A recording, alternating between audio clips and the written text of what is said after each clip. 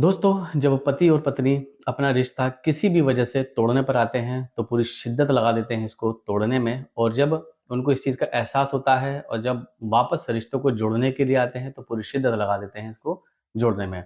दोस्तों, ऐसी ही एक सच्ची घटना जो वर्ष 2004 की है, जहाँ पर यूपी के रामपुर में एक लड़का जिसका नाम आरिफ होता है, जिसकी शादी शहर की लड़की जिसका नाम हुमा होता है, से शादी हो जाती है। अब दोनों में शादी तो हो जाती है, लड़का होता है गाँव का और लड़की होती है शहर की। बहरहाल दोनों में शादी हो जाती है। लड़की जिसका नाम हुमा होता है, वो आरिफ के घर आकर रहने लगती है। कुछ दिन तो ठीक चलता है, लेकिन क्योंकि वो शहर की रहने वाली होती है, जिसको गाँव का रहन-सहन पसंद नहीं आता और धीरे-धीरे उनके घर में कलेश होना स्टार्ट हो जाता है। और आरिफ के घर में उसको हर तरीके की सहूलियत मिलती है, लेकिन जो फैसिलिटी उसको शहर में मिलती थी, वो गाँव में कहाँ मिल पाती है। इसी बात को लेकर आए दिन उसके घर में क्लेश होती रहती थी। बहरहाल ये मामला इसी तरह चलता जा रहा था। चलते-चलते सन 2004 से 2012 आ जाती है। इस बीच हुमा को 4 बच्चे होते हैं, जिसमें 3 लड़की और 1 लड़का होता है।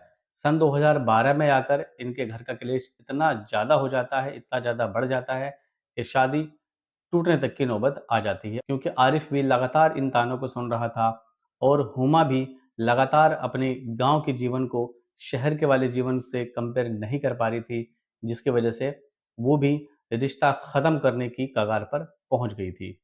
और आखिर वही हुआ, दोनों का तलाक हो जाता है। तलाक होने के बाद जो बच्चे रह गए, उन बच्चों के लिए पंचायत बैठाई जाती है। पंचायत में ये फैसला होता है कि 2 लड़की और 1 लड़का वो आरिफ के पास में रहेंगे और 1 लड़की जो हुमा के साथ में जाएगी। आरिफ के साथ में 2 लड़की और 1 लड़का और हुमा के साथ में 1 लड़की होती है। आरिफ अपने बच्चों को लेके अपने घर आ जाता है, हुमा अपनी एक बेटी को लेके अपने घर चली जाती है।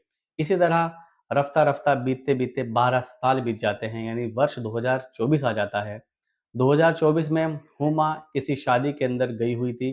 शादी में खाना खाने की लाइन लगी हुई होती है और सब लोग प्लेट में लेके अपना-अपना खाना खा रहे होते हैं। तो जैसे ही हुमा खाना खा रही होती है, तभी अचानक उसकी नज़र सामने एक शख्स पर पड़ती है, जिसको देखकर हुमा हैरान हो जाती है और वही 12 साल पहले वाली बातें उसके दिमाग के अंदर घूमने लगती है, क्योंकि वो कोई शख्स कोई और नहीं, वो आरिफ था, जिससे 12 साल पहले उसका तलाक हो गया था।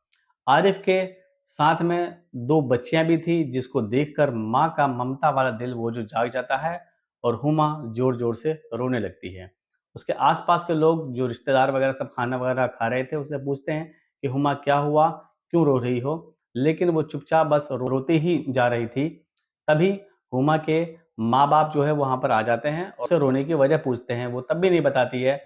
तभी हुमा की माँ की निगाह आरिफ के ऊपर पड़ती है और वो सब समझ जाती है। आरिफ भी इस शोरगुल के बीच में जब उसकी नज़र पड़ती है कि ये इतनी भीड़ क्यों लग रही है और जाके वहाँ पर देखता है, तो एक लड़की रो रही होती है। उस लड़की को देखकर आरिफ भी हैरान हो जाता है, क्योंकि वो लड़की कोई और नहीं, हुमा ही होती है। बहरहाल बहुत सारे लोगों की भीड़ इकट्ठा हो जाती है, वो लोग आपस में पूछते हैं कि आइए आखिर ये दोनों क्यों रो रहे हैं? तो मालूम से ये चलता है कि ये दोनों आज से 12 साल पहले मियाँ-बीवी थे, लेकिन इनका तलाक हो गया तो और अब 12 साल के बाद मिले हैं। तो वहाँ के लोग कुछ आपस में बातचीत करते हैं और बातचीत करने के बाद उन दोनों को कुछ समय के लिए अकेला छोड़ देते हैं। जब उन दोनों को कुछ समय के लिए अकेला छोड़ दिया जाता है, तो वो दोनों आपस में बात करते हैं। बातचीत धीरे-धीरे इस तरीके से आगे बढ़ती है और बातचीत के दौरान आरिफ जो है वो हुमा का नंबर ले लेता है। शादी में खाना खाने के बाद लोग अपने-अपने घर को चले जाते हैं। चूँकि आरिफ ने हुमा का नंबर ले लिया था, इसलिए व्हाट्सएप पर वो पहला मैसेज उसको सेंड करता है और पहला मैसेज जो सेंड करता है, ये सेंड करता है कि हो सके तो मुझे माफ़ कर देना। इत्तेफ़ाक ऐसा होता है कि वहाँ से टाइपिंग के दौरान रिप्लाई भी यही आता है कि हो सके तो मुझे माफ़ कर देना। क्योंकि दोनों को अपनी गलती का एहसास हो चुका होता है और उनको लगता है कि 12 साल पहले जो हमने करा वो ठीक नहीं करा था। इसी तरीके से उन दोनों में बातचीत होती रहती है, फिर ये दोनों एक दिन मिलने का प्लान बनाते हैं। ये दोनों मिलते हैं, तो आरिफ बातों-बातों पे कहता है कि अब तुम 45 साल के आस-पास की हो गई हो, तुम जैसे पहले थी वैसे नहीं हो। तो इसी बात पर हुमा भी कहती है कि तुम भी जैसे पहले थे, अब ऐसे नहीं हो। तो उन दोनों में बातचीत के दौरान वो लोग मन ही मन सोचते हैं कि क्या ये रिश्ता हम दोबारा तय नहीं कर सकते हैं? लेकिन मन की बात अपने लबों पे आखिर ले ही आते हैं और आरिफ कहता है कि हुमा, क्या ऐसा नहीं हो सकता कि हम दोबारा से एक हो जाएँ? तो हुमा भी ये कहती है कि आरिफ, मैं भी यही चाह रही थी कि हम दोनों एक हो जाएँ। तो वो दोनों अपने घरवालों से बातचीत करते हैं और घरवालों की भी ये तमन्ना होती है कि दोनों आपस में मिल जाएँ। घरवालों की रज़ामंदी से इन दोनों का फिर से निकाह हो जाता है, क्योंकि बच्चे जो बड़े हो गए थे, ना हुमा के बच्चे आरिफ को पहचान पा रहे थे कि यही मेरे पापा हैं और ना आरिफ के बच्चे हुमा को पहचान पा रही थी कि यही मेरी अम्मी हैं।